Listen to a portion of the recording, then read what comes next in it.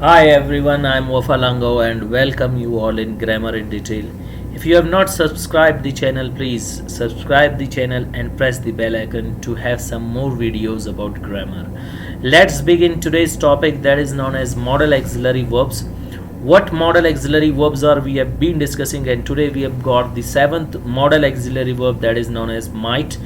Let's begin the definition of modal auxiliary verb, a little bit revision that might, ought to, should, can, could, may, might, will, shall, would, and used to are called modal auxiliary verbs. This should be in your mind that these all are called modal auxiliary verbs. One I've written in yellow. Some of the grammarians say that it is a structure, and some of them they said it is a modal auxiliary verb.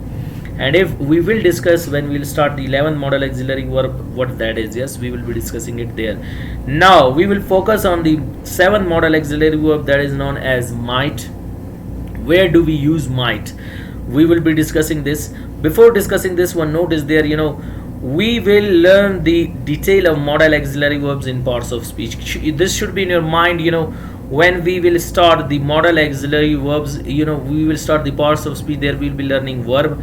Verb has got some of the kinds. One of them is known as the auxiliary verb. Then auxiliary verb has got some 3 to 4 kinds. That there we will be discussing one of them that is known as modal auxiliary verbs. Their detail we will be discussing. Another note, modal auxiliary verbs are studied in two categories: secondary level and primary level.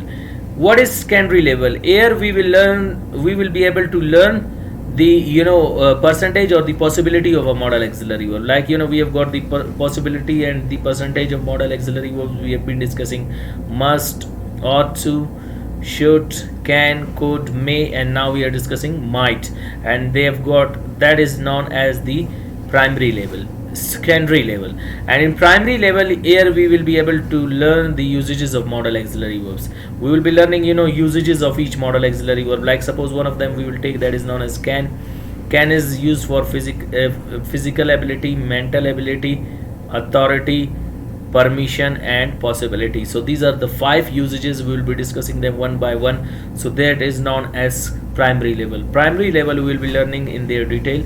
Main target is how to change them from active voice into passive voice. The topic is how to change them into passive voice, so that we will be discussing.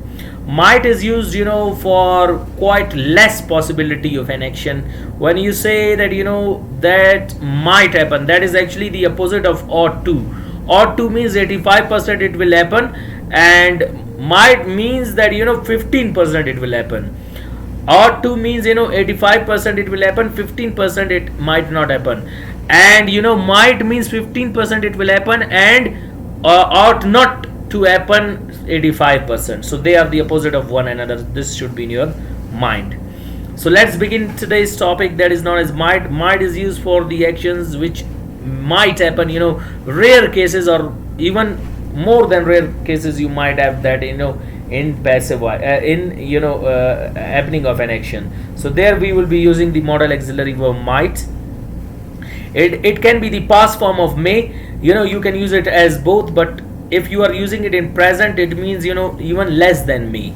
Clear? If I say I must teach you, means it is 100% necessary. If I say I ought to teach you, less than must. If I say I should teach you, it is less than ought to. If I say I can teach you, if you want I will, if you don't, so I cannot force you, it means 50%. And could gives the present meaning. I say I could teach you, less than can, and more polite way than can. And if I say I may teach you, I'm busy, and I say that 30% it may happen, and 70% no chance. In the same way, might, I might teach you, and here intonation plays a vital role. I say I must teach you, I ought to teach you, I should teach you, I can teach you, I could teach you, I may teach you, I might teach you. You will be having intonation here, and intonation depends on the percentage of the modal auxiliary verb. Here if you say I might teach you, how much I shout, but that has got the 50%. I have to make my intonations, and this as the same way I'll say I might teach you. That is what I'm not willing. I've got my works, whatever I'm saying, that 70 85% I don't have chance to teach you. And one thing else to clear your concept, these percentages you will never find in any book.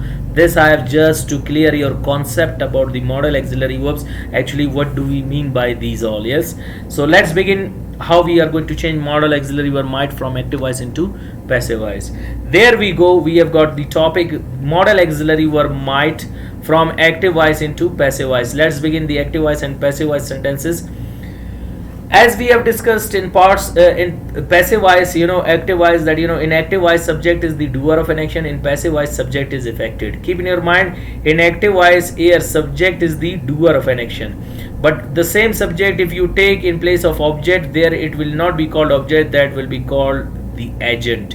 And what is the definition of agent? It tells us who does an action. This should be in your mind.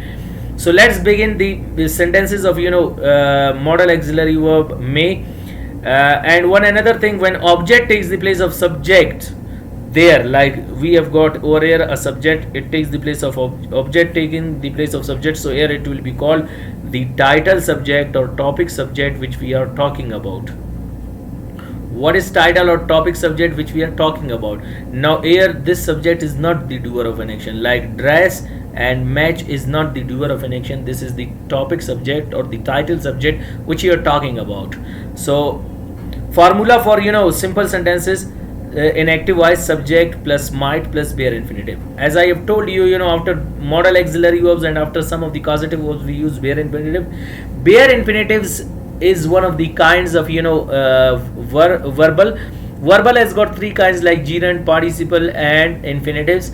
Then infinitives have got 9 kinds. One of them is called bare infinitive. What are bare infinitives?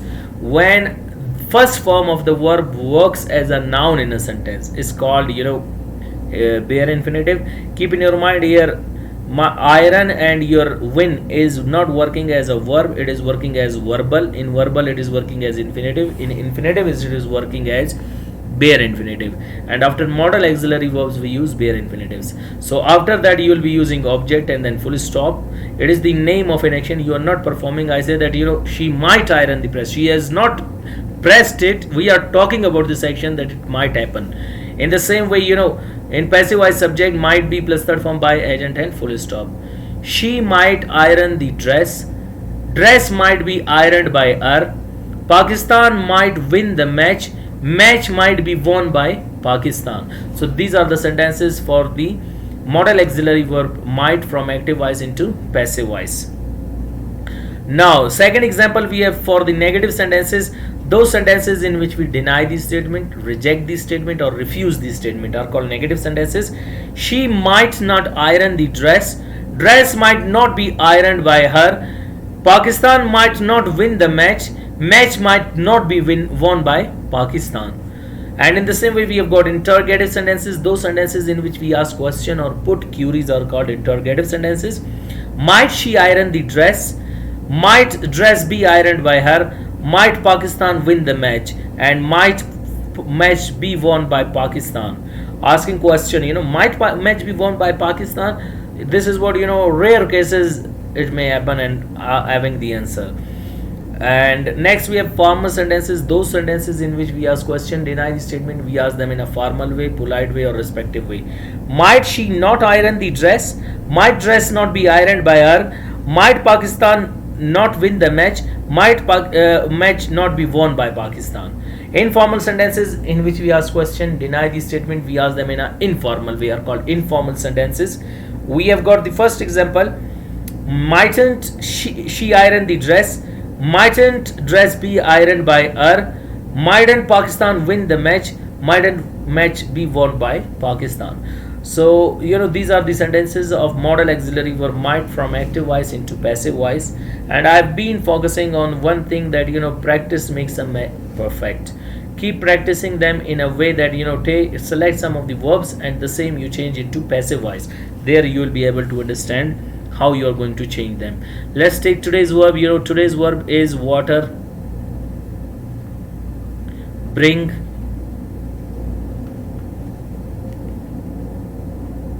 ask, support and help. I say he might ask me a question I might be asked a question, I might not be asked a question. Might I be asked a question, might I not be asked a question, mightn't I be asked a question.